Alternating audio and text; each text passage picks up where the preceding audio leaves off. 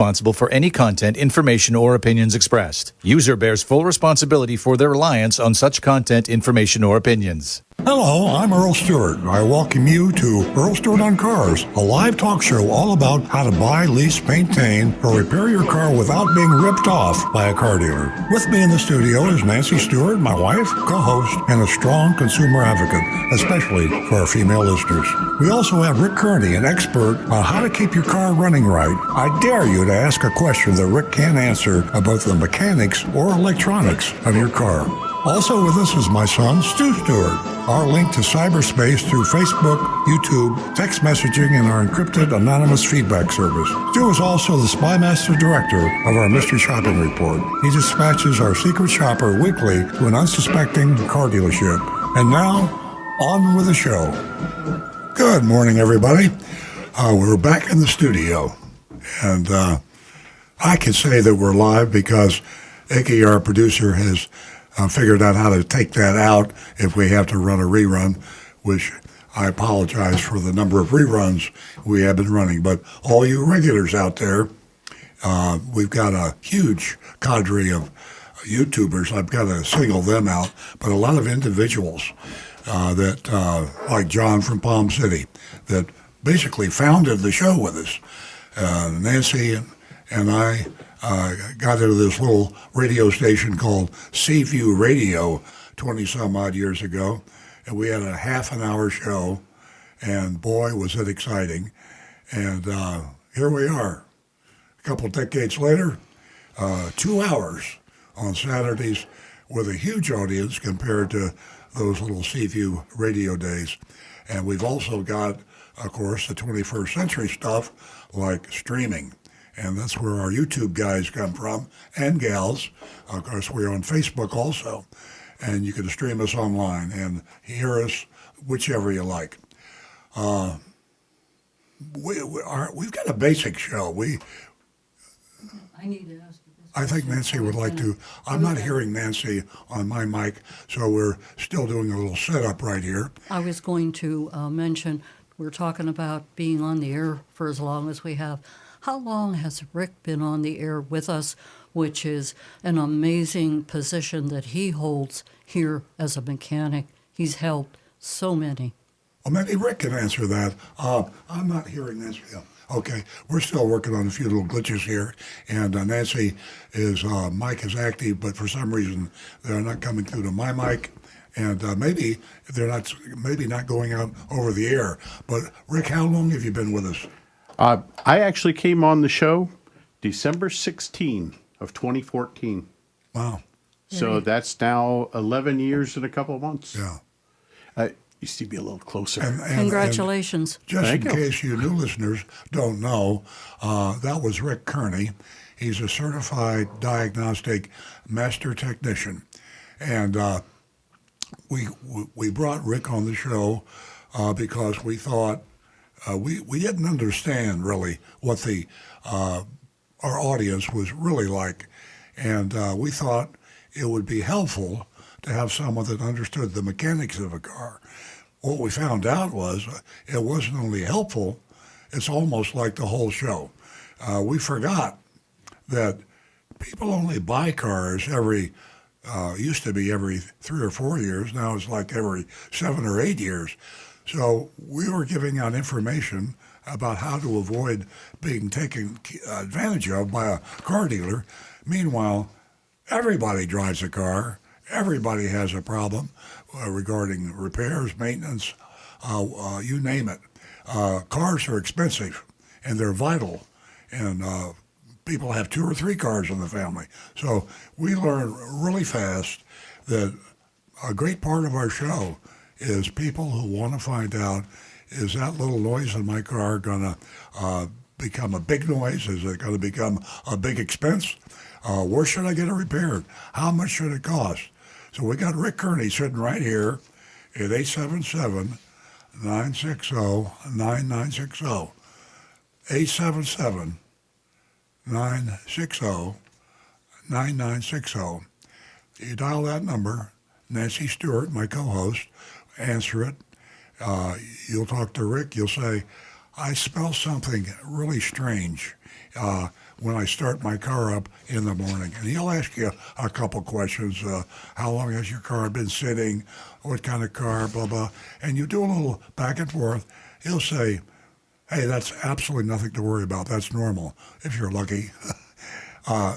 Had you gone into a car dealership and say, I got this little smell, can you tell me what's wrong?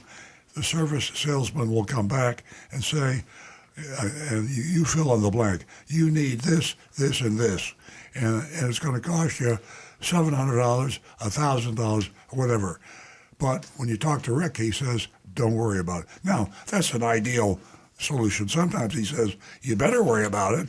But if you have to have it repaired, this is the way to go. So the main thing is we updated our show with Rick Kearney. And to talk to Rick, you can call 877-960-9960. And you can text us at 772-497-6530. But if you really want to be part of Rick's team, you go on youtube.com/Earl on Cars. We should probably rename that YouTube channel Rick Kearney, because he has a group of dedicated listeners, and they are among the most intelligent listeners and the most verbal. Actually, they're posting, they're not talking, but the exchange of information between youtube.com, Rick Kearney listeners, and the show is incredible. So youtube.com/Earl on Cars, and communicate with Rick Kearney, a certified master diagnostic technician. This guy knows everything there is to know about your car, and he can tell you if you got a problem, minor, major, or no problem at all. And if you do, how to get it repaired, fixed at the lowest cost, but with a quality job. Okay, I got off on a tangent. I'm going to turn the microphone over to Nancy Stewart, who's sitting right across from me. And Nancy, she is Rick Kearney is the godfather to all the people that need help repairing their cars.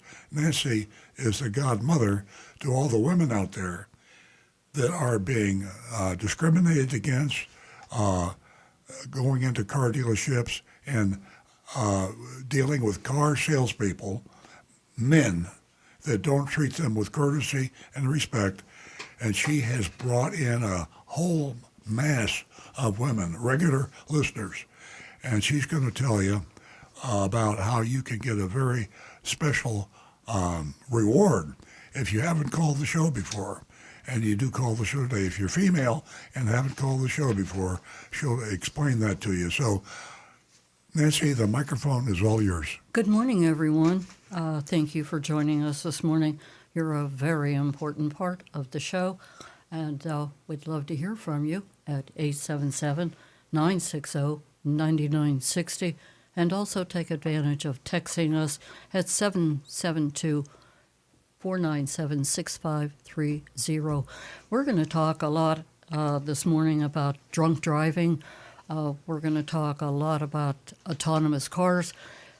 We have another very interesting show to get to. And just as a little teaser, don't go anywhere. Stay tuned for the Mystery Shopper Report. It's something that we are going to share with you that we've never shared before. This is an amazing mystery shopping report. And Earl, I may have misspoken. Have we shared Mullinex, this particular mystery shopping report from Kissimmee, months ago, years ago? Years ago. Yeah.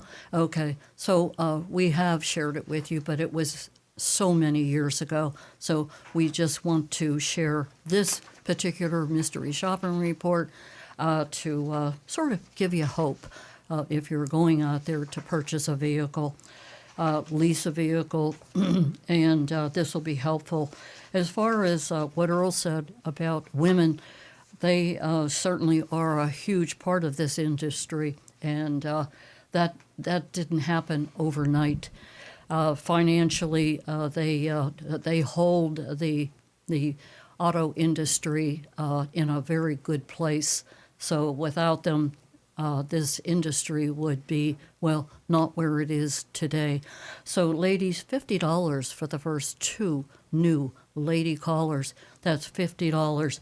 And, of course, there is an Amazon gift card that you will receive automatically when you call in. If you are the first 2 new female callers, you automatically get that $50 gift card, Amazon gift card, when you call in.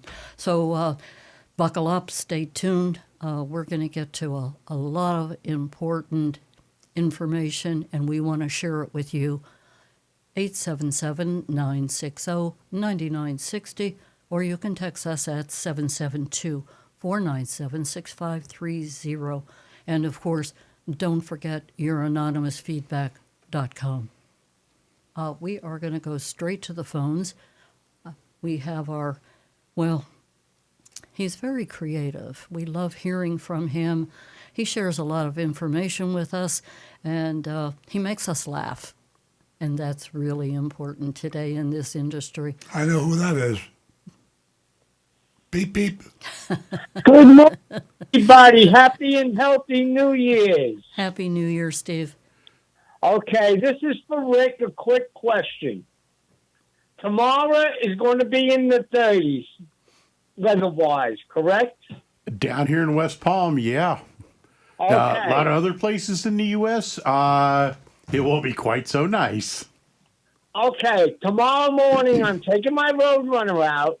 How much extra horsepower is going to go into that motor with that cold air being sucked in through the carburetor? 1.23%. Okay, so I'm going from 335 horsepower to about 340 something. No, actually about 348.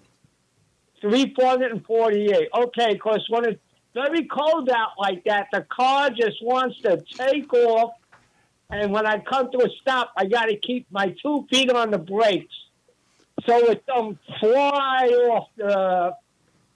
up in the air. That's how that cold air, carburetor cars just love cold air. That cold, dry air is thick and dense, lots of extra oxygen going in the engine, and those old cars with the carburetors make great use of it. I didn't know that. Yeah. I mean, I guess that's because I live. To a point. When the temperature drops really low, then the car has a harder time running the engine because things. So cold. you're saying that at NASCAR 20 years ago, that the times for the NASCAR winners and so on and so forth would have been better during the winter months. As temperatures dropped and they were running in the lower 48, and they would start getting into November, and then again starting in February, that cold air made the cars run a lot faster. And of course, the improvements, that's why they had to put restrictor plates and slow the cars down. Some of those big races, they were doing over 200 miles an hour easily. That's right. Okay, everybody, that was my question. Stay safe and well, everybody. Thanks, Enjoy Steve. the new year. We love hearing from you. Our phone number here is 877-960-9960. That's 877-960-9960. We're going to go to Neil. He, too, has called before. He's giving us a call from Delray. Good morning, Neil. Hi, you hear me? I Loud can. and clear. You hear me? Yes. Loud and clear. Okay. I got a 2022 Equinox, right? Okay. I bought a brand new. Well, needless to say, I brought it back there. It actually blew the AC compressor clutch and fried the belt. Okay. Now, this is the car I'm sitting in it now. It has 25,000 miles on it. So I brought it back there 39 months. They told me to take a hike. Yeah. Unfortunately, sometimes the dealers just are not friendly when you got a car that's just barely out of warranty, and there's no reason for that. There are a few options you can try. You can go back, ask to talk to the service manager, and ask them if there's a possibility they can help you out with what's known as goodwill warranty. This is basically where the dealership will contact the factory, say, hey, look, this customer is 3 months out of warranty. They've got this big failure. And sometimes the factory reps will authorize doing that repair, and they may pay all of it, or they may offer you the idea that they'll pay for the parts and you pay for the labor. It's called Goodwill, and Yep. Use that name Okay. because all the manufacturers have that. The manufacturers and the dealers know exactly what Goodwill is, and Okay. they'll offer you Goodwill if you're a good customer, and they define good customer as you bought your last car or two from them, and also that you've been a good service customer. If you fulfill both of those, you have a very good chance of having them fix it at either no cost or a reduced cost. And Okay. okay. And Their price quote was $2,400. yeah, Okay. because if the compressor had an issue inside as well that might have helped cause that clutch to burn up, they may, and this would be my recommendation as a technician, if I'm going to replace a compressor, I want to remove the dryer from the car, which is also a filter, and I want to flush that system out to make sure that there are no metal bits that might have traveled through the system. And if there are, those can go back and they can destroy a new compressor very easily. So Okay. as a technician, my recommendation is to replace the compressor and obviously the clutches and the belt as well, but flush that system out and replace that dryer filter device so that way I know the whole system is completely clean and it will last properly for you on service. Okay. The other thing I will say is this is true across the board. Polite persistence. Always be nice, but don't take no for an answer. Just keep asking for the next boss up the line, but be nice about it and just be polite, but no, don't take no for an answer And until a you good hit that idea final also. end. Rick is absolutely right about that. Try to put it in writing. Yeah, get everything in writing that you can. Okay, so I was a mechanic years ago. I had my own shop in New York. Ah, So what I did was did a little research, right? And the compressor still turned. You follow me? okay, yep. And I changed the compressor myself. I took it out. I put the oil in a rag. It was all mint, so it didn't hurt the compressor. Okay. What actually I think happened here was the bearing of the clutch started to go, but you cannot buy an independent clutch. Ah, yeah, I've seen some manufacturers like that. So I was able to get a Four Seasons compressor for $299. That's pretty I good. put that in. Yeah, well, we have an account with AutoZone. Now, Four Seasons, why should I say it's bad? It had a Delco on it, factory Delco. That's supposed to be number one, right? My opinion, Nippon Denso's the best compressor company out there. They make the best parts, but Delco, they're pretty decent. Yeah. So anyway, I did some research, and the receiver dryer is built into the condenser. Yep. You knew that, right? A lot of cars now have gone to that. Now, most cars, you may need to double check on your Equinox. Most cars actually have a removable plug at the bottom of where that condenser or where the dryer is on one side of the condenser, and you can actually remove it and pull out that old dryer sock. It's basically a big bag full of the desiccant, and you can pull that out and replace it without replacing the condenser. But some manufacturers won't sell it separately, so you'd need to just check on that. But like I say, all the oil was mint clean. So, and That I was is- able to turn. I was able to turn the compressor. No That's problem. a very good sign. A very good sign. Okay. Now I got another question. You know the mirrors that light up when a car approaches you? The blind spot Yeah. monitor. Yep. Yeah. Where is that picked up from on this car? Most cars, it's going to be in the back bumper on the corner. There will be a little sensor. Basically, if you look where the curve of the bumper is, it's going to be Yeah. just slightly up to the side of the car. Okay, so it looks like a white button or something, whatever color the bumper is, or a black button. No, that's usually the parking sensor. The blind spot monitor is going to be a box that's mounted behind that bumper cover on the body of the car, hidden away to where you can't really see it unless you get underneath the car. Now the left side works. Does the mirror on the right side, does that light up when you turn the car on? No, but last week, out of the clear blue sky, it started to work again. I And would it suspect a loose connection to the mirror itself. Okay, so that connection would be internal to the mirror. Yeah. Inside How do you- where the wire plugs to the glass of the mirror. So how do you take that out? On the Equinox, I'm not sure of how that's disassembled. Probably going to be just popped loose. For myself, I would go in with a borescope and look at it that way. How would you even get in there? I'd look with a borescope to see how it's set up. You know, a little tiny camera that you can put in there. I know what they are. Yeah, you, But so it lit up full bright again.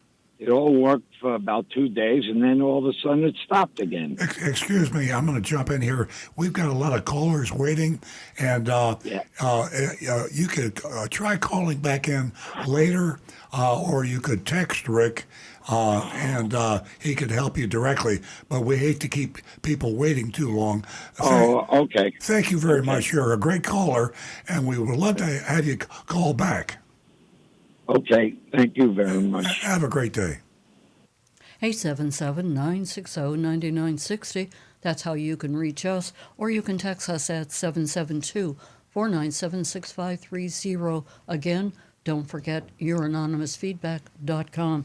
As far as the ladies are concerned, quickly, a reminder, a $50 Amazon gift certificate is emailed directly to you as you call in and give your information if you are a first-time female caller. The first 2 new female callers, they receive that $50 Amazon gift card. And it's because, we want to build this platform for the ladies, because when they walk into a dealership, even today in the 21st century, they feel rushed, they feel talked down to. So there's so many reasons for anyone out there. Ladies, give us a call. We would love to hear from you. We're going to go back to the phones, and we're going to talk to Barry, who is calling us from, I believe, Tampa. He too is a regular caller. Good morning. Hello, everyone. Hope you're keeping warm. Good morning. I'd like to ask about the situation where a person parks somewhere only to return to a vehicle up on blocks with all 4 wheels gone, sometimes with additional damage to boot. The victimized car or truck is not always an expensive one with fancy wheels either. Apparently, Accords, Civics, Camrys, and Corollas are particularly popular targets these days. Kias are high on the list, and Ford and Chevy trucks are hit hard too. Some of the thieves are pit crew fast and good at not setting off the factory car alarm. So, how does a person protect against this when parking in a secure area is not an option? I'm interested in your thoughts on the subject of wheel theft in general, but particularly what you think about lug nut locks. How good are they? Do any brands stand out? And can they throw off the balance of the wheels? As a mechanic, I see them as a double-edged sword. my negative input is when I get them as a mechanic, I have to search the car to find the special key so that I can pull those wheels off, and that it gets a little annoying at times as a mechanic. However, on the good side of it, because there are so many different variants, it actually makes it much more difficult for thieves to get those wheel locks off. McGuard is one of the most popular ones that I know of. Gorilla Brand for a while was making a very good product, but I believe they stopped making them. Balance of the wheel is not going to be an issue because it's so far into the hub and the wheel lock is basically the same weight as a regular lug nut.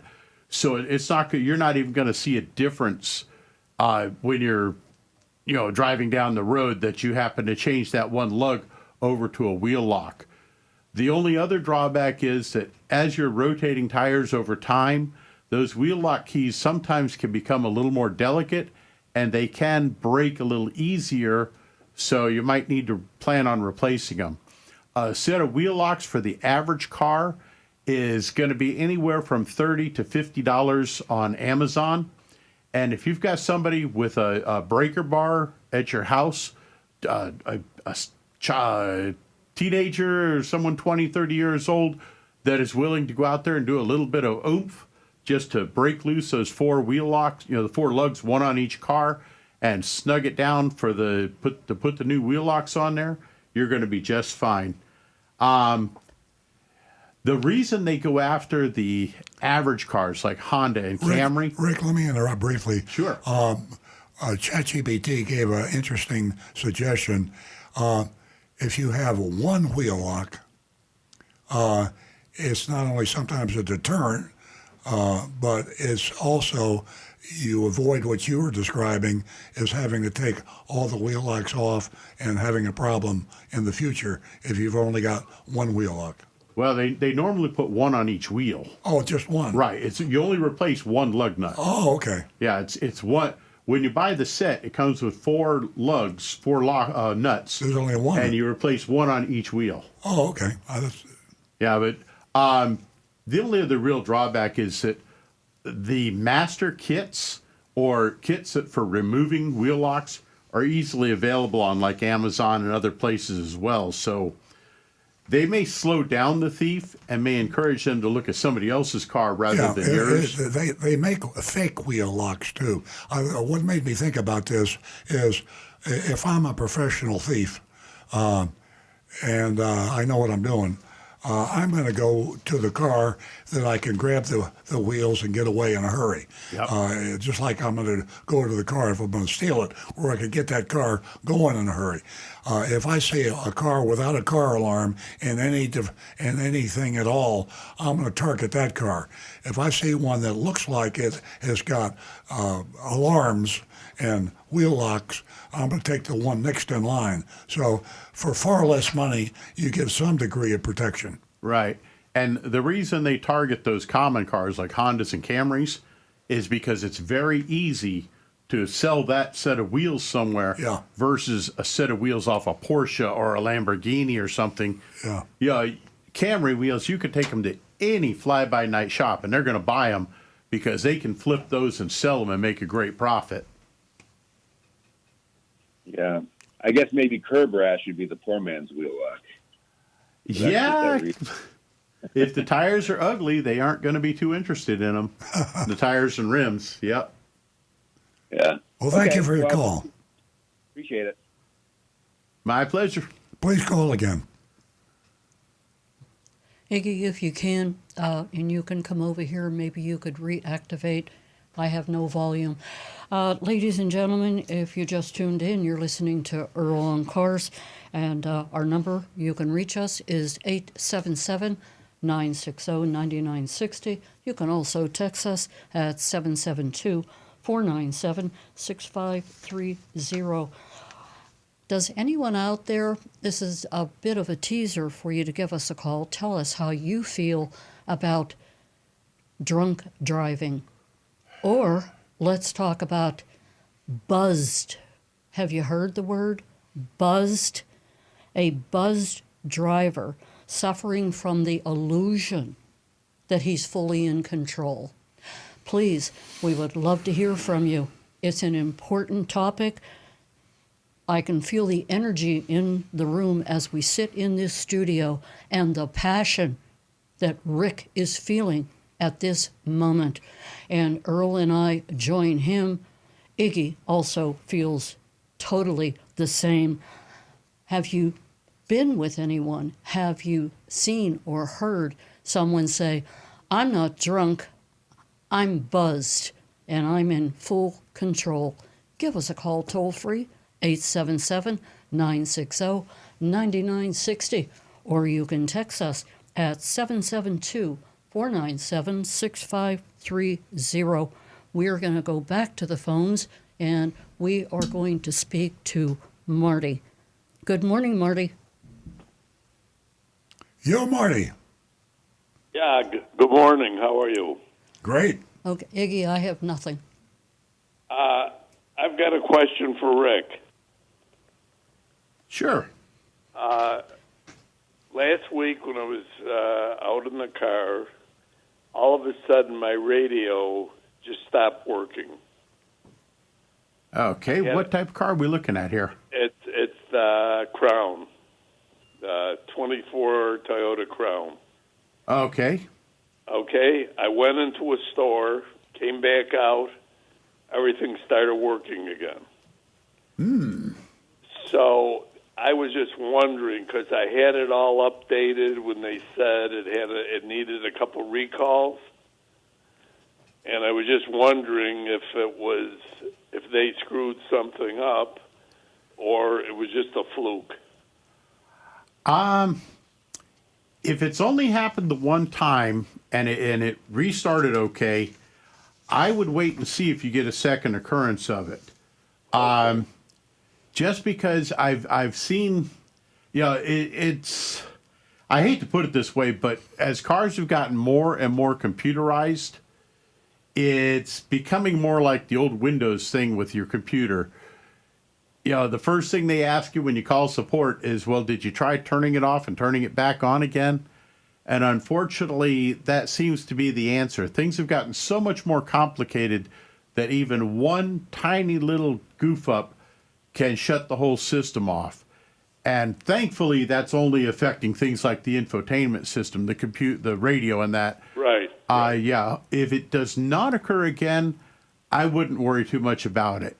However, if by chance, if you get a second occurrence of it, make note of the time and maybe like the conditions you were in, and stop into a shop and Toyota dealership and definitely have them take a look at that. Okay. All right. Yeah, I figured since it started up right away, I considered it just maybe a fluke.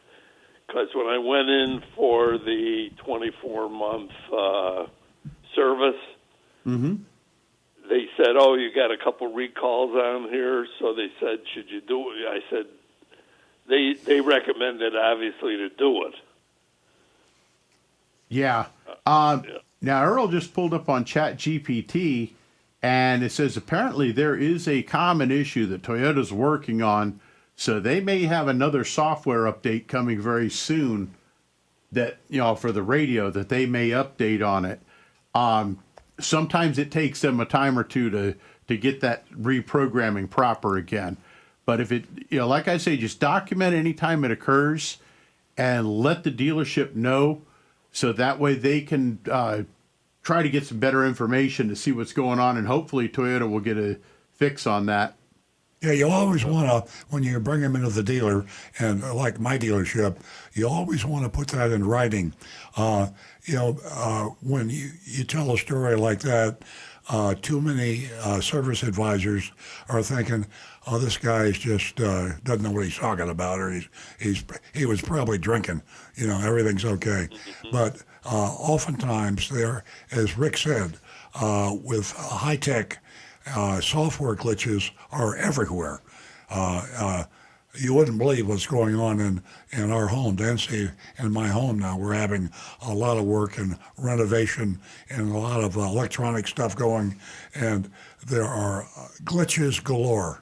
lights don't go on or lights go off mysteriously, and you ask why, and the people doing the installation don't have a clue. Cars are probably even more difficult. So if you have something like you just described, Marty, you take it to the dealer, mine included, and they say, oh, we can't find anything wrong with it. I said, well, note it on the repair order, because I think there is something wrong with it. And sure enough, after we check with ChatGPT, this is a glitch, a common glitch in the Toyota Crown software radio. So you were right. We didn't know about it. ChatGPT did know about it. Okay. Yeah. If it doesn't happen again, it's fine. Absolutely. Marty, it was really great hearing from you, and you're always an important part of the show, and thanks for bringing this subject to light. Okay. Glad you're back, and both of you are back alive again. Exactly.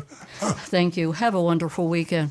You too. Bye-bye. You know, speaking of all these glitches that we all have to deal with in the world we're living in today, do we really need to accept the fact that there are as many drunk drivers on the road, or there are drivers that are buzzed? That gives them the right, the control to drive their vehicle because they're just buzzed. They think that they're in full control. Yes, Earl? I just I want to introduce a personal issue to that. I drank all my life from the time I was probably 16. That was with a phony ID. I used to buy beers at the Okeechobee Bar on Okeechobee Boulevard. Yikes. And so, as a lot of you know, Excuse me for a moment. You introduced me to alcohol. Absolutely. Thank you. We no longer participate in alcohol due to medical situation. I love Macallan Scotch, and I love Beefeater gin. There you go. Martinis. I mean, but I was. It was a ritual. I was never a drunk, and that's what a lot of people say. I will say this, that due to medical issues, I had to quit drinking over a year ago. And it took threat of death to have me quit drinking. But it did one thing for me. It realized that I was really without the buzz that I'd had for a long time. And I would get in the car, I'm making a confession, and I'm fine. I believed I was fine. But now that I'm cold sober, I'm a far better driver than I was before. And so we all think that. And I'm just adding fuel to what Nancy's talking about. There's been some data coming out from insurance companies, and the majority of deaths and injuries by far that we experience in the millions, I mean, if you look worldwide, are from alcohol-impaired drivers. Yes. Well, now we have, or have had, alcohol, drunk driving, and then let's go back to the buzzed word. Now we have a lot of people that are on medical marijuana. There's a time to hold 'em and time to fold 'em, as I would say, but I'm not in Vegas. So this is a topic that is very close to our hearts, and if I haven't gotten your attention, let me share some statistics with you from 2023. In 2023, an estimated 12,429 people were killed in alcohol-impaired driving crashes. USA. In the USA. That's roughly 34 deaths every day. Did I get your attention? Or we can fine-tune that every 42 minutes. Ladies and gentlemen, give us a call. Let us know how you feel. Let us know if you have driven buzzed or drunk. Earl Stewart just shared his story with you. Match his story. Earl is as transparent as no one that I've ever met. He bases his life on transparency this very day. Yes, Earl. And I was just going to add the statistics that you were reading, which are frightening. I mean, a death every 42 minutes. Those are only the deaths from the record of impaired drivers. You can score on the blow test or a blood test where you're technically not, the legal definition of drunk. But if you are buzzed, your reactions are less. You do read any studies, you can take a drink, and then you could go through a test of time it takes you to stop and a lot of other tests. It's not as good. So if you have a martini at lunch, legally you're sober, but you are not as efficient a driver.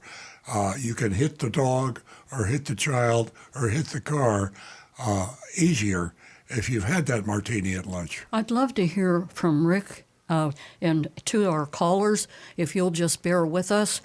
I think that Rick shedding some light on this subject because he has felt passionate about this forever. Rick? I'm not going to go up on a soapbox here because the show's not long enough. But I will say, bear in mind also that blood alcohol tests are normally done anywhere from 30 minutes to an hour or longer after the person is contacted by police, whether it's accident, pulled over, or what. And alcohol on the typical person is brought out of your system, processed by your system, by your body, at the rate of approximately 1 ounce per hour. So you could technically, especially if you were someone with a smaller body weight and lower tolerance, you could technically be at 0.08 or higher at the moment of whatever interaction. And then if you're given a blood alcohol test an hour later, your blood alcohol may actually have dropped below the legal limit by that point. So they may say, oh, well, all right, alcohol might have been a factor, but it wasn't. Well, no, it's going to be a factor. Folks, if you drink, don't drive. And here's just another little point of what you said that is so true. The what is the word? The premeditated buzz driver or drunk driver has probably been through the what do you want to call it? Legal system, and he knows, and he's got his lawyer's name and number memorized. So when he gets pulled over, the first thing that he's going to do is delay the test. And he might even go so far on his lawyer's advice to refuse to take the test. Now, if you refuse to take the test, you could go to jail. But if you are impaired and they prove it, you can lose your driver's license and never drive again. Yep. So the way the law is set up for the sophisticated drunk driver, they know how to get around the law. And more people are dying and more people are being injured. So it's a huge problem. And this is all this is a setup because Nancy and I are going to talk about autonomous driving and drunk driving. And we're going to lead into that because that is something that we need to address. Yeah, it's all connected together. And to what Rick and Earl said, there are so many people out there that are drinking and driving and have gotten away with it.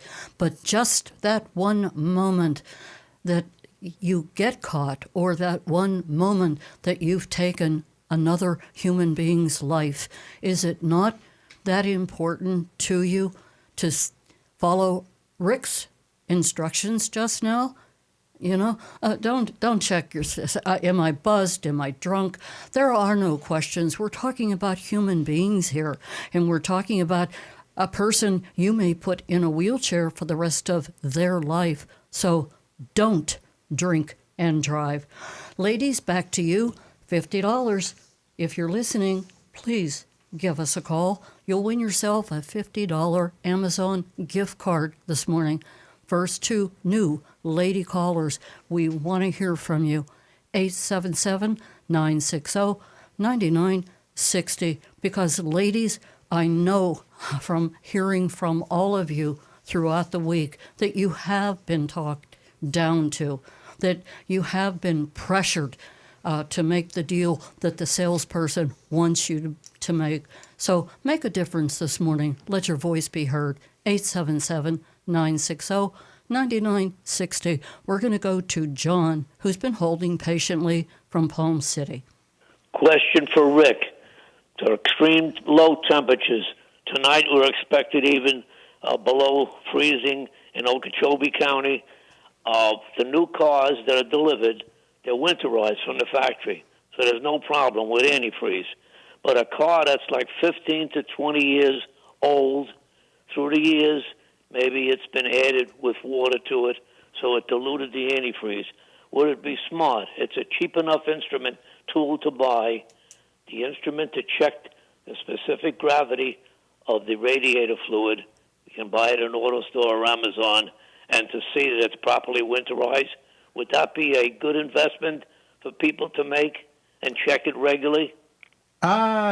Probably not, because reading a refractometer, which is the device you're talking about, we're talking serious old school. My best advice is to make sure that your car's going to be operating properly. I would go ahead and invest the money really on having a proper coolant flush done to make sure that you've got brand new coolant in this whole cooling system, especially on the older cars. And that way you're making sure that the coolant is new, in its proper concentration with the water, and you'll be a lot safer off with that. Especially since modern coolants now are no longer in the concentrated form where you're expected to mix it with a certain percentage of water in order to fill your cooling system.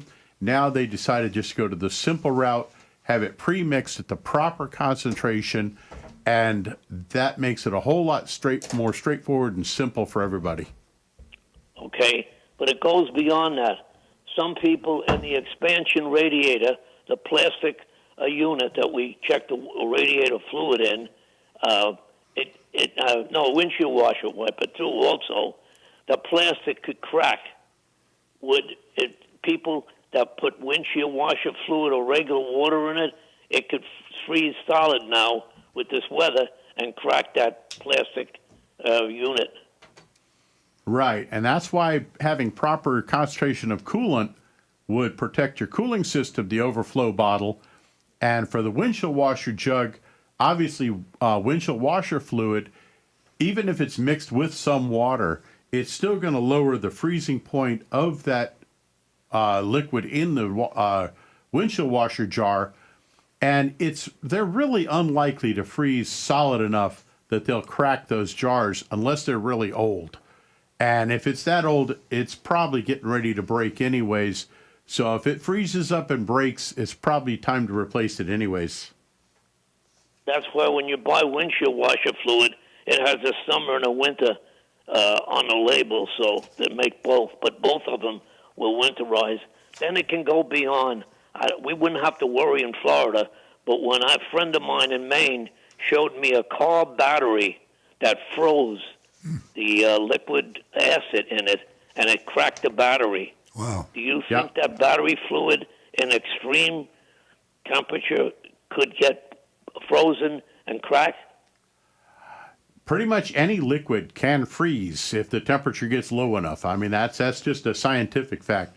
So, yeah, the sulfuric acid in a battery, if the temperature drops low enough, it can freeze.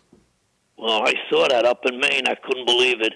It actually was ice in there, but it cracked the casing completely, and the fluid leaked out. John, we got 5 callers on the line. Down here. John, we got 5 callers on the line now. So well, thank you, Rick. You're our best caller, and I can't thank you much for being part of our team. Okay, keep an eye on your fluids. Thank you. Great hearing from you, John. Bye. We're going to go to Bob in Lake Park. Good morning, Bob. Hello, Bob. Good morning. Good morning. I couldn't get through last week, so I just want to wish you a Happy New Year. Happy New Year. Happy New Year. I wanted to ask, how is Stu doing? Did he have a back operation? He did, but the good news is he will be in at 9 o'clock, and he's Really? he's been out for a long time with some real back problems. Yeah, I know. Yeah, I was wondering because he said he was going to have his back operated on. Boy, Yeah, between the two of us, Bob, that's me, Nancy, and I'm 83 years old, so my spine's really old.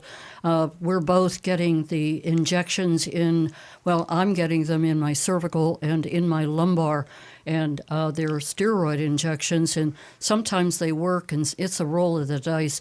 But Stu has been through some pretty serious events since he had the injections, basically not being able to walk or sit for long periods of time. So his time at Earl on Cars here has more or less been put on hold. But as Earl said, this morning he will be in at 9 o'clock, we were told.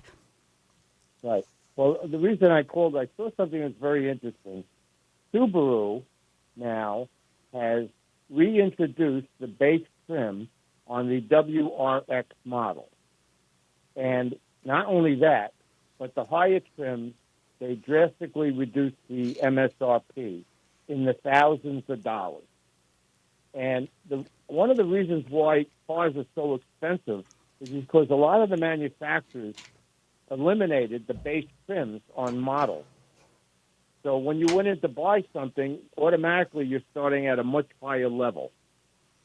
They put you in, usually the next level trim up is usually at least $4,000 more. And I thought it was very interesting. Of course, the sales of the WRX last year were down 40%.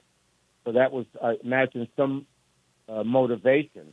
But I was amazed to see them reduce the price on the upper trim levels by a lot. Yeah, there's been a lot of discussion about packaging accessories, and of course the accessories have a much higher profit margin. Dealers and manufacturers, that's where they make their money, and you hit it right on the head. The basic vehicle was basically a bait and switch sort of a device to get you to come in, and they don't want you to sell that.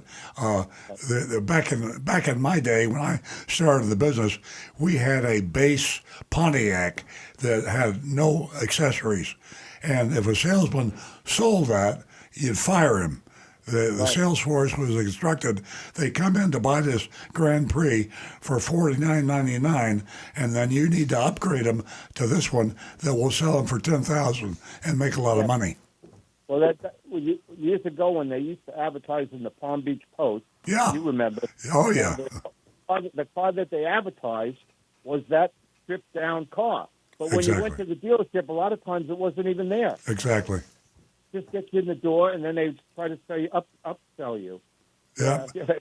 Yeah. So I thought that was interesting. Oh, the good news as far as the alcohol is concerned, the younger people are not drinking. Yeah, and, that's good. If you look at some of the stocks, Diageo and Brown-Forman, they have totally been decimated because the younger people don't drink, but they smoke. They smoke. Yeah. Well, I think medical marijuana is in the forefront. It could be. I'm not quite sure. Mushrooms are a big thing with the kids today. And I don't mean the kind you get in your soup. Yeah. We're not talking portobello. Well, I don't remember the word. I remember the word buzz, but I remember Ruth Buzzy. Remember Ruth Buzzy? Stop it to me. Yeah. Stop it to me. Too funny. That's Ruth Buzzy. She was terrific. Okay, well, I just want to say hi. Tell Stu I was thinking about him, and thank you, Bob. I'll be listening to the show. Thank you. Thank you. Have Rick? This is from Donovan. He says he was reading that Gen Z spends 87% less on alcohol, and the younger generations are using it far less than that. Stu has entered the He has. studio. Welcome, Hi, Stu. everybody. Good morning. And Usually try to be quiet when I come in. Alina here says the stats that she has seen are marijuana is fully legal in 24 states, medical only in 16 states, and CBD, which is like the oil, the concentrated oil, is only available in 10 states, or that's available only in 10 states. Well, the That only. availability is I'm going to say, the culprit that gives you the right to be stupid. So, with that said, as Rick said earlier, don't. Whether it's medical marijuana, whether it's alcohol, whether it's a martini, whether it's wine, please listen to the show this morning all the way through as we trickle down some very important statistics. We're going to go to Dominic, who's calling us from Coral Springs, I believe. Hi, Dom. Good morning, Dominic, and welcome to Earl on Cars. Good morning. Listening to you every Saturday, I understand that you don't approve of maintenance insurance for cars. Say that again? One of the things that kind of scares me a little bit is that I'm watching, every time I see an ad for that kind of insurance, they quote prices like $5,000 and $6,000 and $7,000 to repair a car. Mm-hmm. And we're the both ages. I'm 85 and my wife is 83, so we're kind of like a matching couple here. But we've experienced through the years medical insurance just goes up and up and up because somebody else is paying the bill and nobody really cares about the cost. Between my three children in the early 60s, we went from the first one at $200 to the last one at $1,600 just for, having a baby. And I think that the trend is going to be that fixing a car is going to be so expensive that people will have no option but to buy this insurance to have their cars repaired because they can't afford to. Yeah, Stu's got a comment on that, Dominic. I think he's got an answer for you. Hey, Dominic, it's Stu. You mentioned maintenance insurance. That's separate. You're talking about these extended warranties that they advertise on TV and that dealers dealers sell it in the dealerships. Yeah, we don't generally recommend those because the cars today, particularly the new ones, they don't have the repair costs and they don't have the problems that the old cars used to have. Earl recommends, if it's possible, to self-insure. We realize that's not possible for everybody to do. He doesn't say you just have to have a lot of money, but maybe set aside the same money that you would have been paying for this insurance, because usually people finance their cars and they will buy this insurance and it's part of their payment. You could look at that little bit extra in payment you're paying, put it in a savings account or a little interest-bearing account, and don't give it to the dealer or the Car Shield selling it on TV. And then if you had an expense to repair, that money is there for you if you're able to do that. That's what we really recommend. Some people buy it because it gives them a sense of peace of mind. Addressing what you were saying about it's with inflation and everything getting so expensive these days, that's absolutely true. But what we're seeing in technology, as we're moving away from internal combustion engines into electric, and it's going. It's not going as fast as some people want, but it's going. Those vehicles really don't have very many repair costs at all. These are electric motors. There's no transmissions. There's no well, there might be a transaxle. Is there, Rick, an electric car? There actually is, but it's like one gear set, and the electric motors are generally what's inside the transaxle. So generally, you don't see the same type of repairs. So a lot of the things, the fixes for these newer cars, they're like your phone. It's a software update. So recommendation is ignore the commercials and try to self-insure if possible. But if you if it's something that you need for peace of mind, we say then do it. Okay. Appreciate that. Thanks, Dominic. You're welcome. And it makes Stu sense. couldn't Thank have you put so it much. any better. And that peace of mind, well, really, really take a look inside and your soul. And does it make sense for you to spend a lot of money? In light of what Stu said, we have turned a corner as far as maintenance concerned, even if you're not driving electric. It is just amazing the vehicles that they're making today. So you don't have to spend that obscene amount of money on insurance. You just don't have to. And those commercials, that Stu mentioned, and there are too many for me to mention right now. We don't have that much time. They're crooks. They belong in jail. We are going to go to John, who's been holding in West Palm Beach. Good morning, John, and welcome. Hey, good morning. I came in halfway through John from Palm City's his comment? On his comment about the water freezing. But he was talking about in Maine. He didn't mention Florida, did he? He was talking about both, really.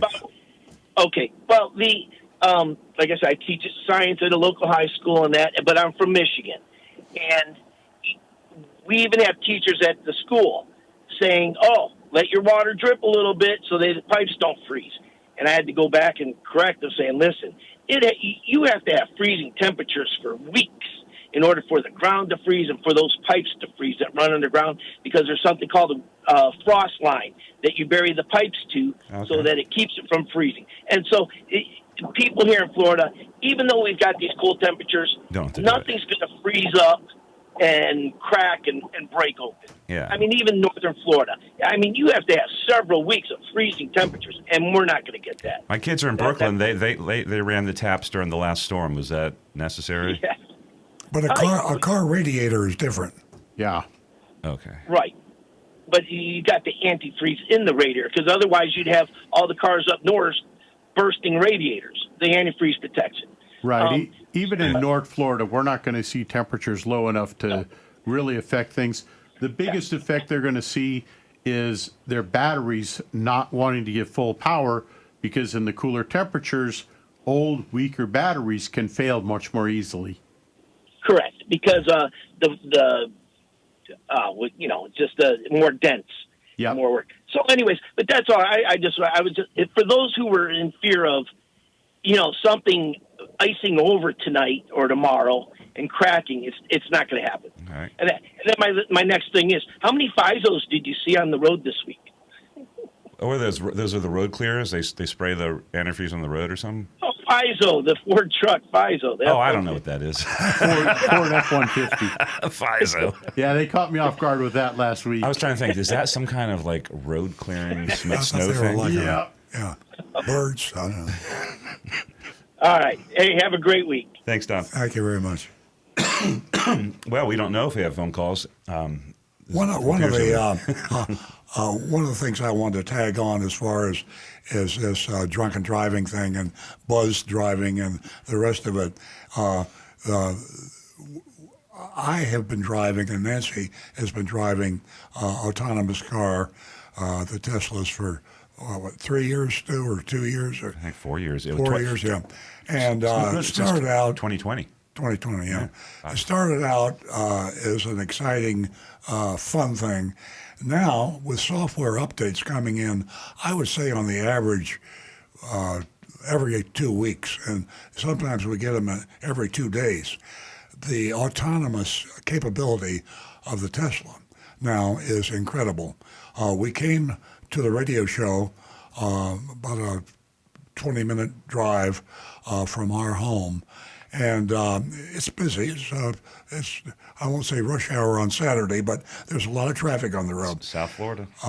There's an intersection that we have encountered that has a broken stoplight, and we were talking about it as coming in, as whether we should avoid that, but we are on autonomous. Our autonomous Tesla Plaid knew about the broken stoplight and rerouted us to a non-wait drive. We feel, Nancy and I feel, much safer with our autonomous car than when we drive. Nancy feels much safer when she's riding with me, when I'm driving, and I feel much safer when Nancy's driving and I'm riding. And I feel much more comfortable, even though I was a skeptic in the beginning. Yeah. The improvements completely changed the situation. Yeah. Now, this is a political thing, and it's a age thing, and I know the folks out there that are just going to say, "Oh, you're full of it. I don't care. Give me a good old you drive it." Blah blah. That's okay. I mean, that's hey. Nancy and I are very unusual. I mean, We like to try new stuff, and we were very skeptical. But let me tell you, it would have a huge impact on drunk driving. One of the big things about drunk driving is the fact that, including myself, we don't like to admit we're buzzed. You go in, you have a drink, and then you get in the car, you feel fine. Your reflexes, if anything, feel actually better. Oh man, I'm feeling good. You aren't better. Your reflexes aren't as good, and that's where the word buzz comes from. You feel really good, but your reflexes have slowed down. So, how you don't have to admit to anybody that you got a problem or that you like to drink if you're an autonomous car. And here's a really wild thing. The autonomous car, we have it set on Mad Max. Mad Max. That's the fastest. It goes from chill to standard to hurry. You just want to scare people, right? To Mad Max. I mostly drive on Mad Max. Yeah. I don't. Do you drive on Mad Max? Mad Max, in yeah. the Cybertruck. I drive on Mad Max all the time. Is that just in because my it's the only Plaid. one that's fast? I mean, is everything just too slow? And it is, believe it or There's a not, lot of factors to take into it's as safe consideration. as Take away I've the ever Mad been. Max definition. I'll get to it later. Sorry to interrupt you. Oh, you were interrupting me. 25,000 people. No, anyway. They understand. You don't. Yeah. But My voice must be heard. yes, but we have preached about autonomous, and you out there who are against autonomous, we respect your opinion. Absolutely. And we're not going to push you into it, but if you have not tried it, today try it. I'm a living example. Yeah. I had to more Yeah. or less be pushed, and you are responsible. Because I'm nuts. To bring me to light. I like Nuts has excitement. nothing You're to like do Chuck with Yeager. it. We're talking about saving lives now. We're Yeah. talking about drunk drivers. Yeah. We're talking about there's so many things out there today to alter you that are legal. We keep talking about alcohol. We're gone. We're past alcohol. There's a lot of stuff out there to alter you, but you have to be aware and responsible. And to autonomous driving, You don't have I to be. couldn't be happier. And just because I talk about being in Mad Max, you have to reevaluate things. You have to realize your location, what road you're on, the people around you. Mad Max doesn't mean you're driving dangerously. You're not running very people over. cautious. Okay. That's what it sounded like. Like- There's no guy up on the hood with a flame shooting guitar No. and wearing spikes and leather. It just You had the means same that you're- visuals I did, You're so- aware of the people around you, and you're not giving complete control Yeah. to who Earl named Miss Nancy. I don't give her complete control. This morning was a living example. Yeah. Today I felt good about Miss Nancy because of the way she was acting. Earl asked me to deactivate her. I said, no, I won't. She is in control. That doesn't happen too often with myself and Miss Nancy. You have to be cautious. Yeah, and if you are thinking about it, go to a Tesla dealer and just let them demonstrate it, and you'll see what we're talking about. But psychologically, you've got to be prepared. Otherwise, I have a question. They've changed the subscription model. It used to be a big upgrade purchase, like $10,000. Now it's a monthly fee. yeah, I hate that. Yeah. So ultimately, it's going to be more than $10,000 over time, right? If you stick Yeah, with it for years. we're grandfathered in, but shame on you, Elon Musk, for doing Yeah. that. The but- subscription model. Yeah. I mean, it might get more people doing it because some people are not going to come out with the big true, too. chunk. So Yeah. you might get more people doing it. Yeah, that was actually so. We had a Tesla Model S with the. It wasn't called Plaid. It was the another funny XY, name. S. No, it was whatever they called the super speed. It was something mode. It wasn't Plaid mode. It was hyperspace or something. Yeah. I don't remember. And that was 2019, pre-pandemic. The following year, you ordered the Model S, the Plaid Model S. Yeah. And so it's been 6 years. You're in the 6th year of your Wow. autonomous experiment. Yeah. That's pretty cool. It's been a interesting ride, Yeah. to say the least. Rick? Johnny C. Fradley says, I wonder what happened to the visually impaired gentleman a few years ago who was going to drive from Broward up to Earl Stewart Toyota, or our radio show maybe, in an autonomous vehicle. We have been thinking about that. Thank you for reminding us. I can't remember his name. I'm looking through my notes, and I would love, if you're listening, I'll use the politically incorrect word. He's blind. He's blind. Now they call him visually impaired, but he can't see. And we were going, that's when the autonomous cars first were in the thinking stage. Right. And we told him that we were going to have him come in. Yeah, he was going to come right to the studio. And boy, I sure hope you're still listening. We'd love to do that today. And he was from way south. Miami, yeah. But is he going to have someone riding with him just in case? Yeah. Okay, good. Probably be a good idea. Yeah, going solo without. Well, we don't full have a sight. solo car. Oh, yeah, I see. I'm saying what like you're you get in your car right now. Oh, yeah. And just, have you ever tried that? Just blindfold yourself and see how scary it is. Am I? Are any police listening? Well, yeah. We'll take you with us. I'll have to admit, You've because napped a I'm few crazy. I enjoy for brief periods of time just totally ignoring. And see, and I unconsciously do it too. You ever brought a book? You will find when you become comfortable with your autonomous car, you're not paying attention. Yeah. So I'll be honest. Does it remind you? And though? that'll get a lot of people all upset, and especially the rule makers and the lawmakers. But let me tell you something. Today, you blindfold somebody, put them in an autonomous car, point them somewhere, or put the numbers in, and that ride would be safer than the person that's going to be screaming about it being dangerous. Yeah. Absolutely. And what he has to worry about is the people around him. Yeah. And that's what I drive every single day. Just because I'm driving the Plaid, let me tell you something, I'm more aware of my surroundings, and I'm more aware of what I'm doing in the vehicle. You have to stay focused. You can't be altered. Whether you're driving autonomous, combustion, a horse and buggy, please be responsible. Yeah. Please be responsible. That includes gummy bears. Yeah. Medical marijuana is huge. Yeah. There are a lot of people that say, hey, the doctor, he said, take this, it's okay. do that. And with they also I lost heard 2 days in of their my little life minds. to medical marijuana.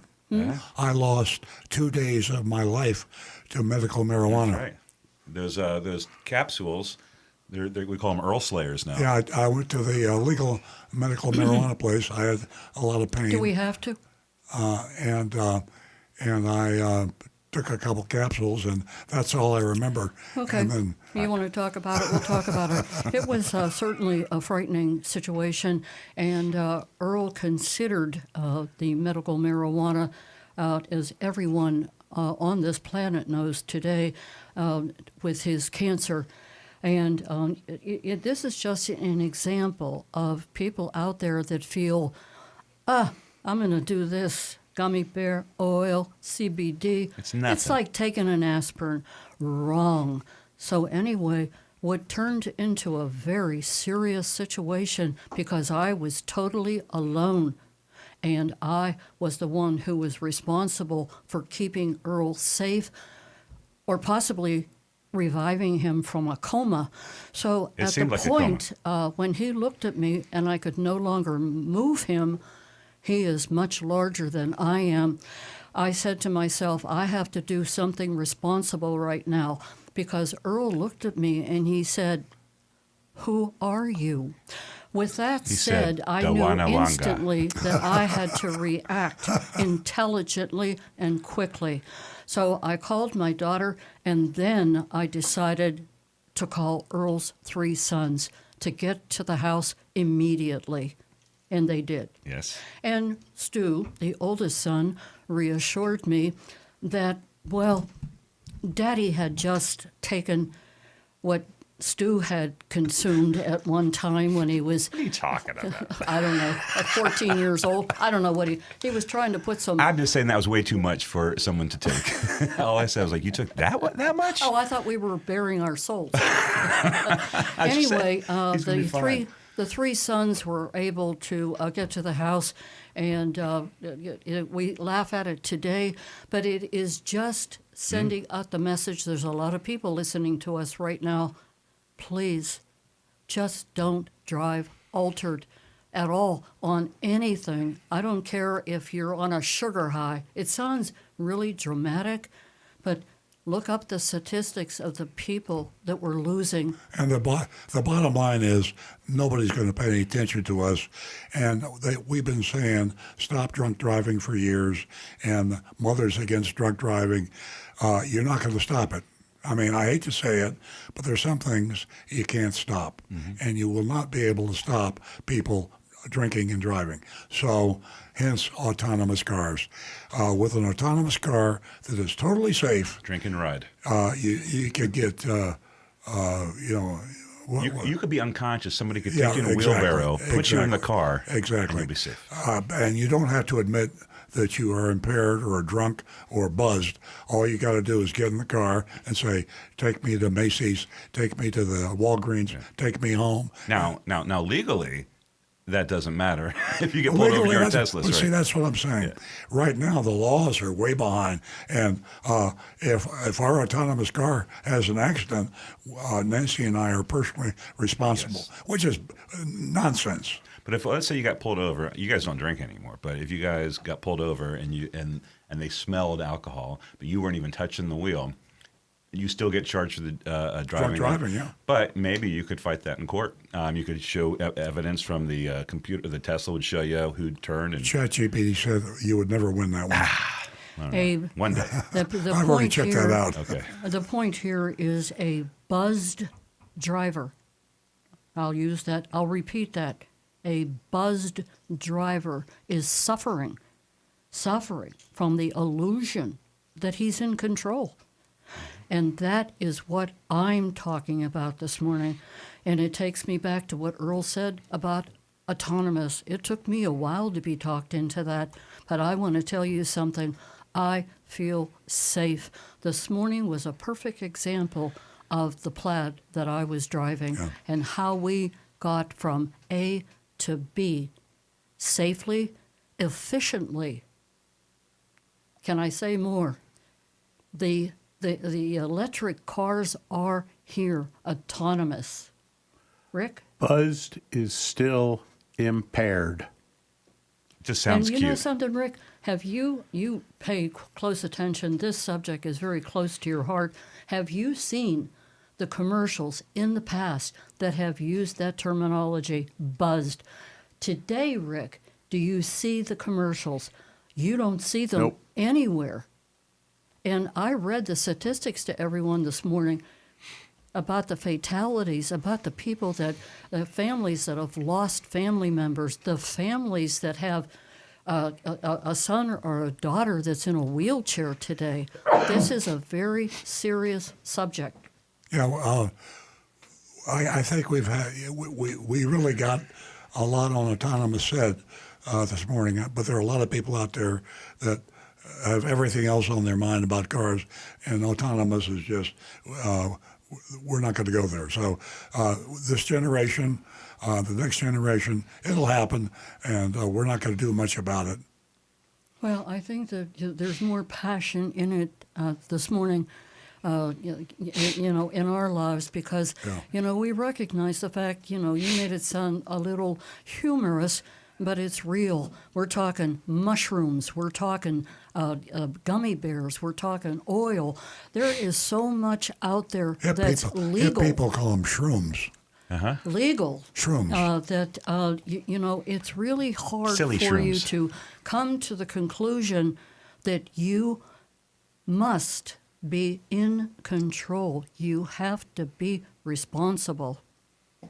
Do I sound passionate? Do I sound as passionate as Rick? How's our YouTube people doing, Rick? Well, we've got some interesting questions going on, but some of the comments. Excuse me for a moment. Frank, are you still there? Oh, callers take precedence. Frank. And can anyone hear Frank? Yeah, hi. Yeah, Hi, Frank. Yeah. Okay. Frank's here. What's I up, was Frank? actually dozing off there.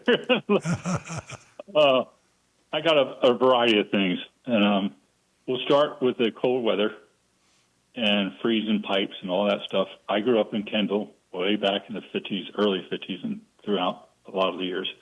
I can recall getting up in the morning sometimes, and there'd be ice on the windshield, and you would just take some water and spray it on and rinse it off.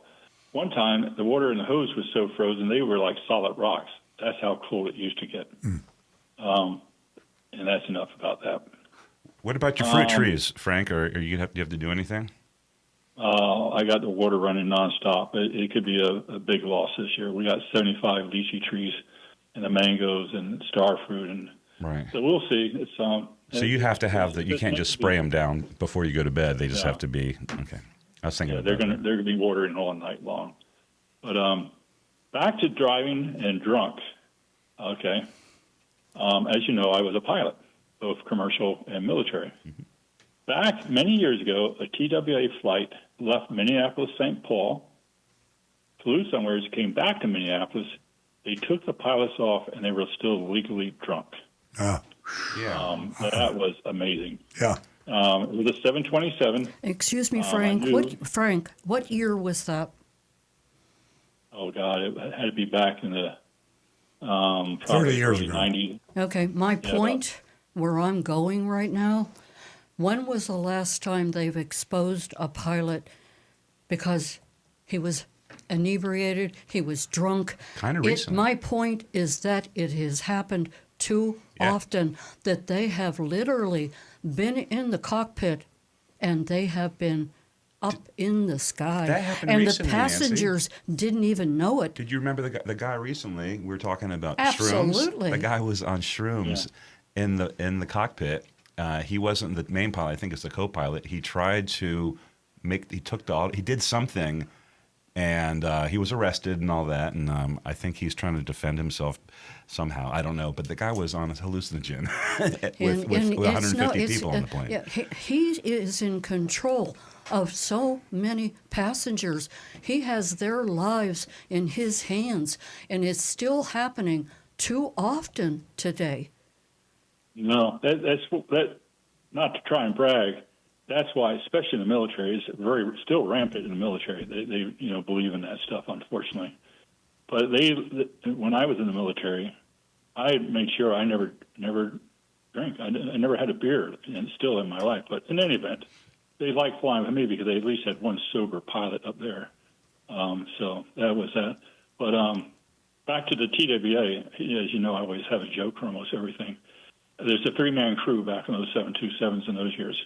And my joke was, I said, well, how many pilots does it take to fly a 727 for TWA? And the answer was 3 1/5. I love that. Just not to interrupt you, but just quickly, if anything goes autonomous fully, it should be airplanes before cars. And the technology is there right now. Already. There is a plane. Frank, have you heard about the Cirrus Vision jet? Oh, yes. Yeah, so the Cirrus, they were revolutionary. They came up with the airframe parachute. So they have the small, those were propeller planes. They have a jet called the Vision. It's actually, you're going to laugh, it's really inexpensive. It's only $3 million, brand new, which compared to other private jets. And it has the airframe parachute, but it has another innovation. There's a button on the ceiling of the plane that a passenger can hit if the pilot ever becomes incapacitated, or if the pilot needed this, it goes into autonomous mode. It will contact the air traffic control. It will plot the route, even considering weather. It will fly around weather, and it will land the plane completely autonomously. Wow. All the screens in the plane are all touch screens. They all switch over from this complicated-looking pilot view to a scared passenger view. It says, big button, push here to talk to the tower. Wow. And it tells what the plane's doing. Everything looks like almost like for a kid, and the plane lands you. They don't allow that for a full flight, but it's technologically capable of doing it now. That's really cool. Wow. Yeah, there was a plane that actually, the 2 pilots passed out from lack of oxygen, and the plane was able to land itself. Yeah. And that was recently. That was on the web. I remember stories of, I remember there were some famous people that were on a private Yes, jet. 6 of them. Yeah, and Yeah. they lost oxygen, and everybody, the plane just kept going and eventually crashed. They're all dead.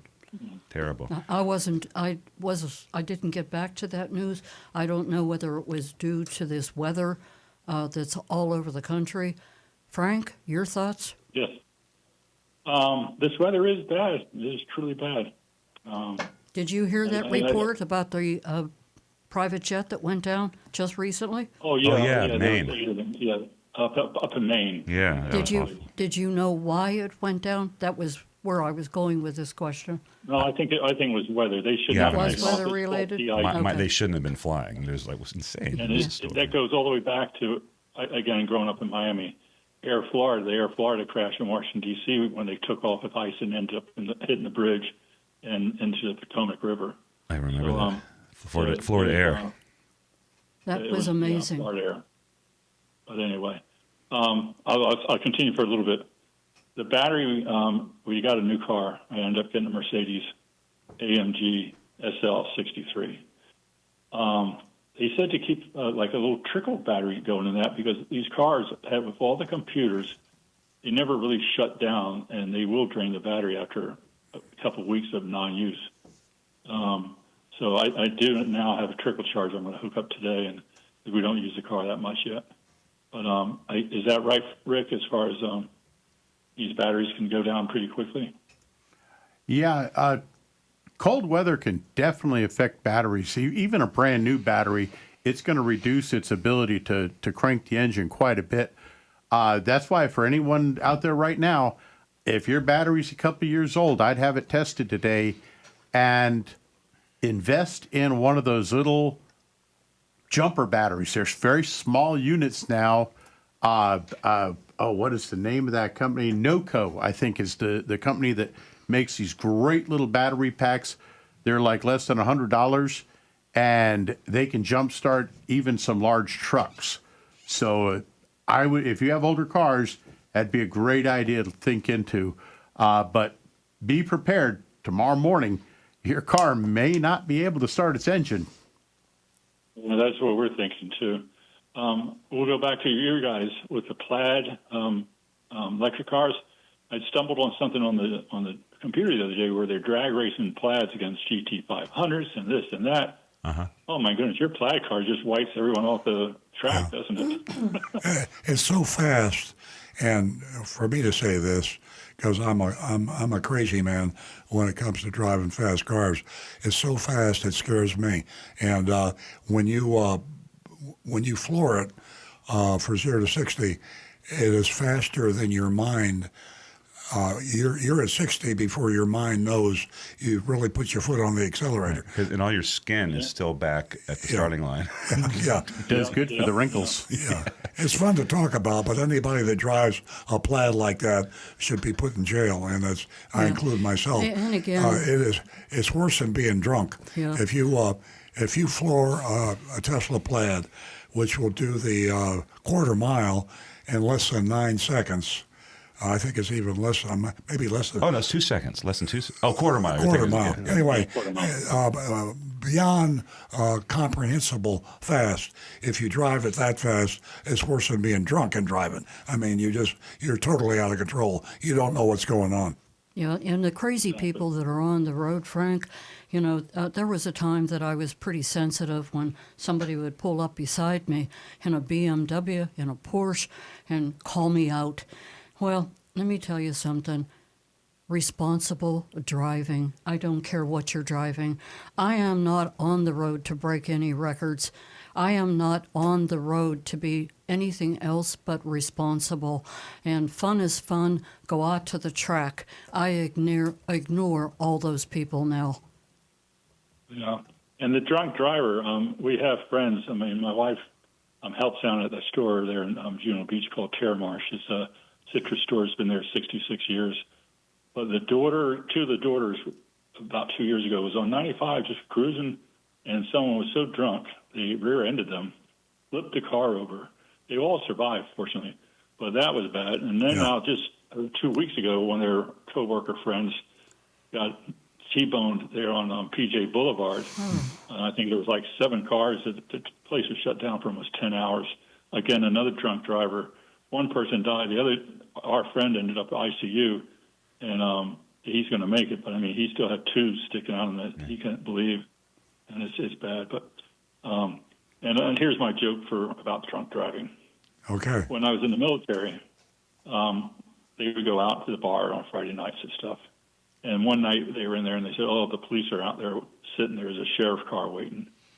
So I went out there stumbling, tripping around, trying to put my key in the car and going. And then I got in the car and I put on the turn signals and stuff. All the while my friends are leaving.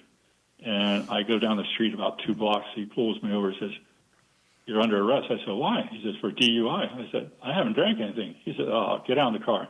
I tested 0. And he goes, "Wait a minute, we got to take you in." They did more tests. He said, "What's going on?" I said, "Well, I'm their decoy." The designated decoy. Is that a true story? No. No. I wish it was Frank, true. thank you so much. We love hearing from you. Stay tuned for our mystery shopping report. That's good, yeah. Thank you, guys. Bye-bye. Bye-bye. Frank. Impaired driver with false confidence. I can't say enough about it. We'd need another 24 hours. These are the stories that you just don't talk about, you don't hear about. Another interesting column, changing gears here, is a column that Earl wrote quite some time ago. I encourage you to go to Earl on Cars and read that column. The deal we don't talk about. There are so many people out there that get taken advantage of purchasing a vehicle, leasing a vehicle across the board. And do they want to share that with their friends, their family? Absolutely not. Take a look at that column. It's very telling, and it might touch or pull at the strings of your heart. Rick? I was just going to say, are we ready for some texts? Or I think we are. because I do have Anne Marie's text. Good morning, Anne Marie. And by the way, she says, "Welcome back, Stu." Thank you, Anne Marie. It's good to be back. And she says, "Good morning.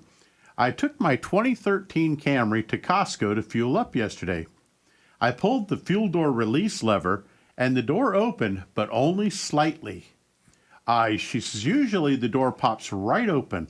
The door was open enough so I could swing it wide open to fuel up and be on my way. She says, what's going on with my beloved 13-year-old Camry? And is it an easy fix? I'd like to take care of this before I need to refuel again." Well, for folks, there's 2 things that you're going to want to do, especially on any car that's getting a little older, 10, 12 years, even 4 or 5, 6 years old. When you open the fuel door, there's a little hinge there on the one side.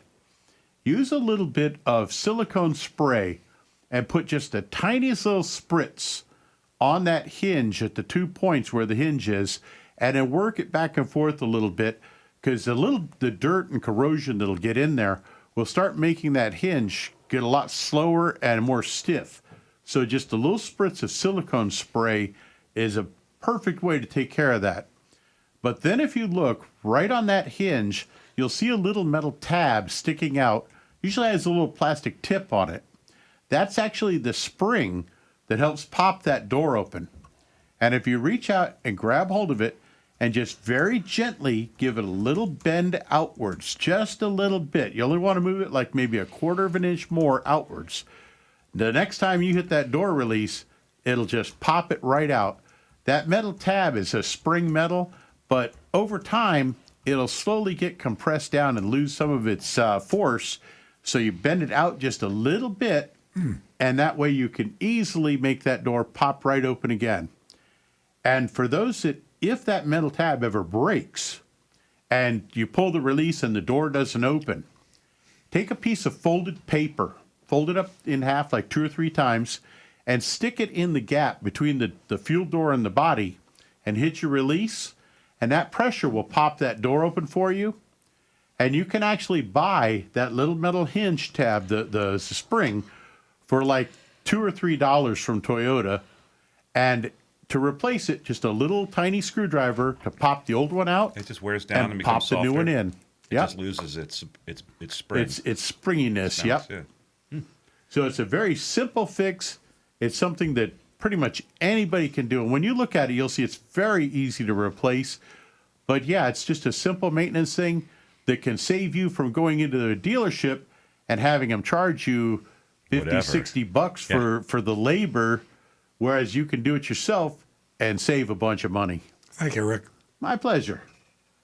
Let's see. Our I phone think lines are closed. we're actually pretty caught up on the other texts, except Frank had sent in some interesting pictures. He had like a picture of a Tacoma that was from Jupiter Creamery, and it's white with these brown spots.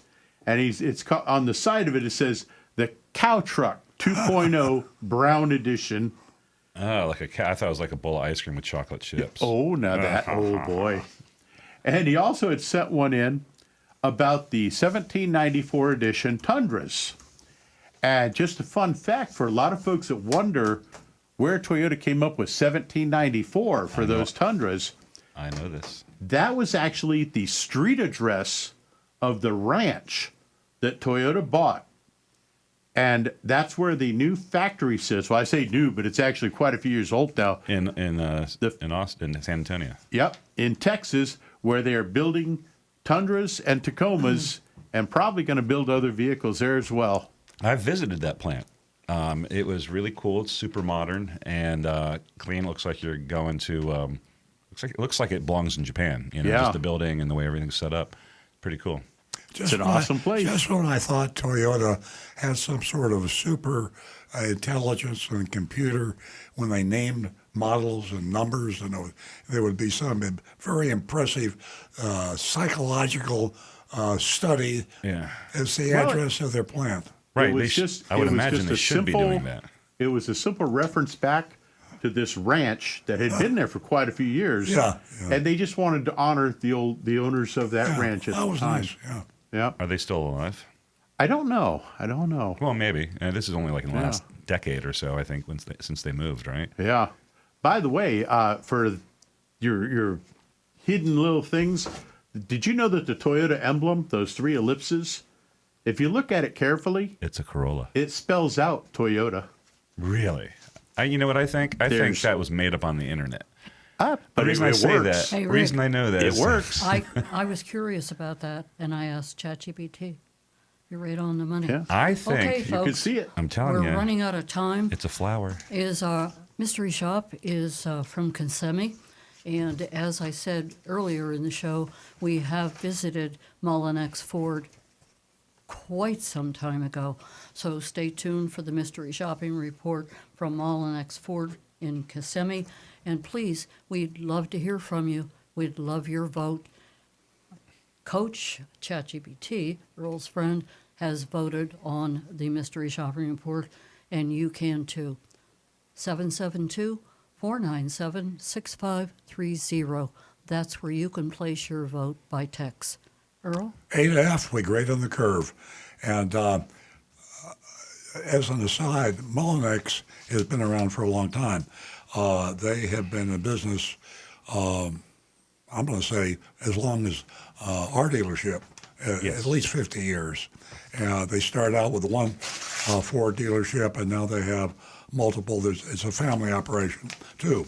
We haven't shopped them in a long while. So hang on to your hats. I'm serious. I say this about a lot of mystery shopping reports. Does anyone know how far back that mystery shop took place? That was on January 2nd. I dated it yesterday so we don't get confused. 26? Yes. Okay, folks. This So it century. wasn't that This year. long ago. Okay, Kissimmee, which a lot of people have never heard of, is a Florida store. It's north of the Sodom and Gomorrah, South Florida, and a kind of a more steady part of the state, you might say. I'll speak in the first term, as if I were Agent Lightning. I arrived mid-morning and was greeted by a salesman named Lewis. He welcomed me and said he saw I was checking out the new 2025 Bronco Sport that was out front. I said, yes, I've been eyeing them for some time now, but I haven't seen this red color, so I want to stop and see it in person. He excused himself to go get the keys. I waited for a few minutes, and he returned, told me to jump in the passenger seat because he needed to drive it off the lot first, and then I could take it over. That was not unusual. The reason I hesitate there, this is something that every car dealership, including us, is always a problem. Some dealers will have 1,000 cars, and just to think that the key and the car are going to be close is not true. The MSRP was $38,380. The meaning of the Monroney label was where it was supposed to be, and there was a laminated price tag that promised an upfront price of $33,896 with no dealer fees. Actually use that word, no dealer fees. So if you're starting to sit forward in your seat, there's a good reason. This is very interesting. Monroney label where it should be, no addendum label, but a price tag that promised an upfront price, kind of like the opposite of an addendum label, of $33,896. We went over the features and then noticed that there was no gas in the car. And that's another common problem at car dealerships. It happens to everybody, including our dealership. He said he'd need to run back inside to get a gas card, and then we could go. I told him I didn't have that much time right now, but I decided to move forward, if I do, with purchasing it. I'll want to drive it, which is you should always drive the car that you buy. I asked if he could get me a total price with a new plates, fees, and taxes. And that's the way everybody out there listening, when you are in a car dealership, memorize this phrase: total price, including new plates, fees, and taxes. And if you memorize that, always insist. Okay, you have a compliance price. The great thing about us is there are no hidden fees. This is coming from the salesman folks. It sounds like me, doesn't it? No hidden fees and no dealer fees. What you see is what you get. You know, I like that for advertising, John. What you see is what you get. Yeah, what you see is what you get. I asked if this is something new they were doing. The salesman said, no, ma'am. That was, by the way. Yeah. That was. Remember Arlene, that woman that did our commercials as a customer testimonial? Oh, she did? She finished her spots always. She goes, that's what you can't beat at Earl Stewart Toyota. What you see is what you get. Oh, that's And right. I hate to forgot about refer that. That's the her reason, yeah. as a little old lady, because I she didn't say- definitely wasn't that. I didn't say she was a little old lady. But you could take a look at her, and her words just were amazing. She was sweet, and she was so sincere. Very informative Yeah. and very honest. Totally.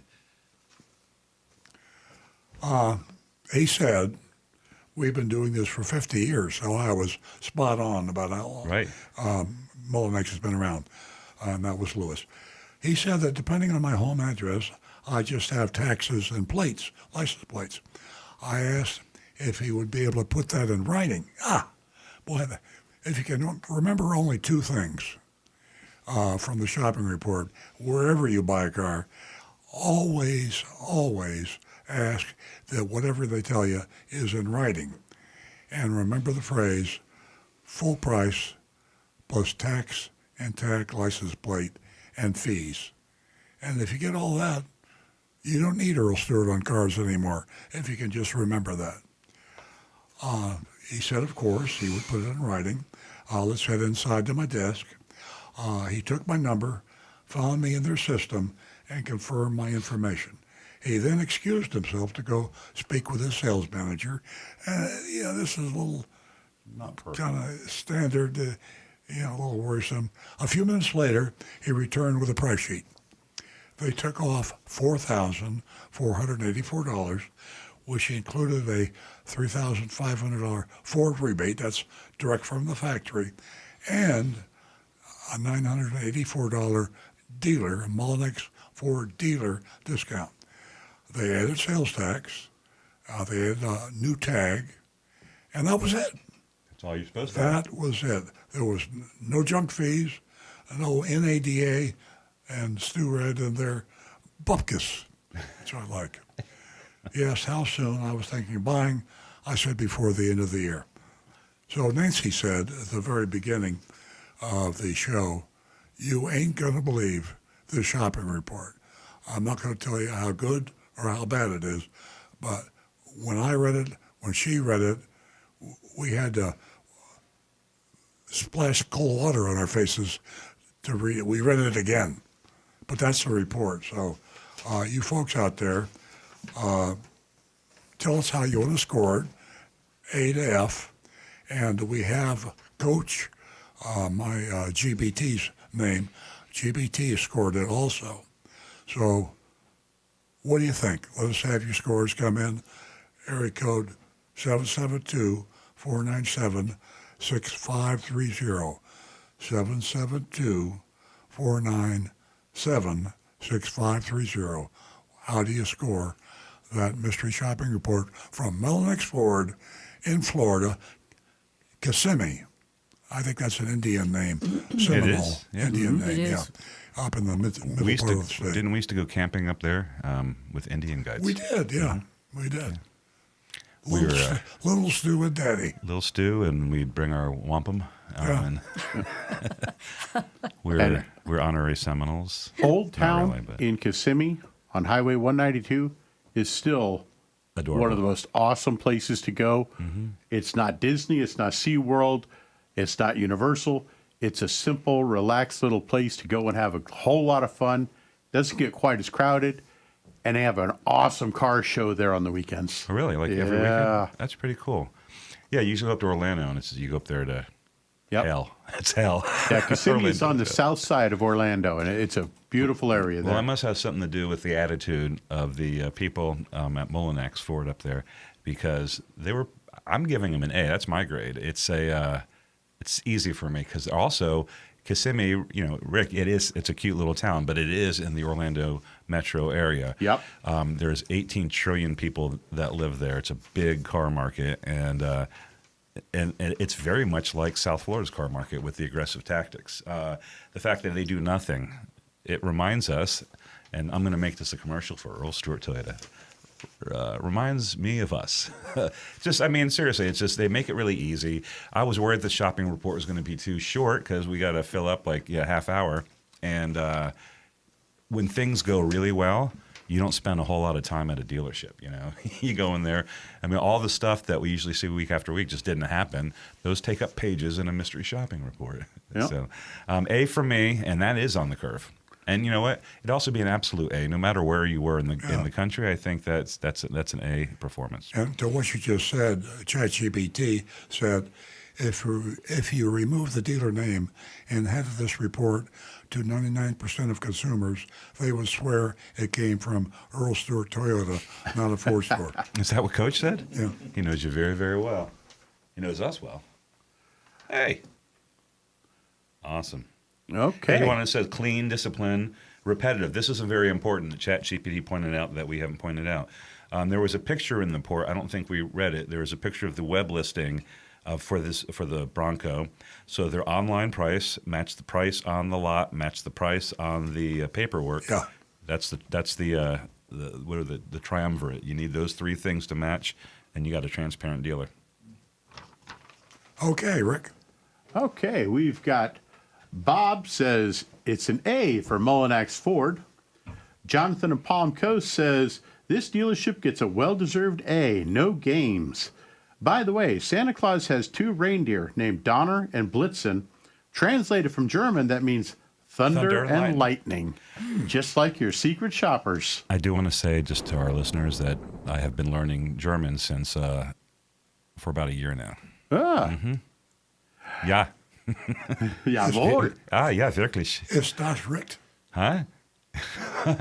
Wait, ich bin ein Rickster.